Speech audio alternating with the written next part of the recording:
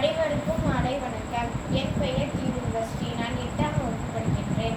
ராமநாதபுரம் மாவட்டத்தில் அரசு மேல்நிலைப்பள்ளி மண்டபமுறாவில் படிக்கின்றேன். SIDP 4.0வில் கியூரி ரேடியேட்டர் என்ற குழுவில் நாங்கள் ஆலோசித்து இந்த ப்ராஜெக்டை செய்துள்ளோம். இந்த ப்ராஜெக்டின் பெயர் என்னவென்றால், எளிய கழிவறை சுத்தம் செய்கின்ற நீர் மற்றும் சோப்பு கரைசல் சேமிக்கின்ற பிரஷ்.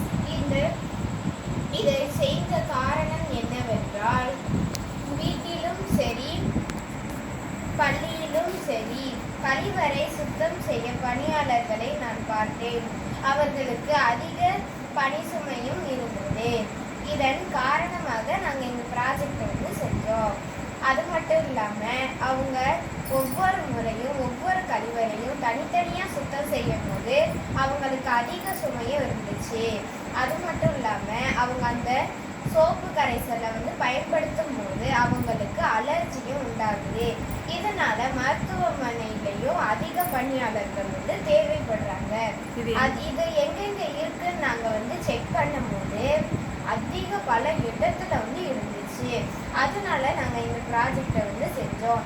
இது எல்லாமே ஒரே இதில் இருந்தால் நாங்கள் இந்த பிரச்சனையை தீர்வு காண்றதுக்காண்டி நாங்கள் ப்ராஜெக்ட் செஞ்சுருக்கோம்.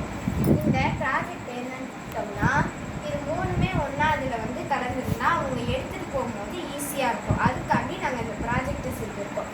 இது ப்ரூம். இதில் உள்ள ஹோல்ஸ் இருக்கும். அந்த ஹோல்ஸ் வழியாக நீர் வரும். அது மூலம் இதை வச்சு நம்ம கழுவிக்கலாம். இது கண்ட்ரோல் நம். இதை நம்ம நீர் வர்றதை நம்ம கண்ட்ரோல் பண்ணிக்கலாம். இது வாட்டர் இன்லெட். இது டிஸ்இன்ஃபெக்டன்ட் டிஸ்பென்சர் கம்பார்ட்மெண்ட். அது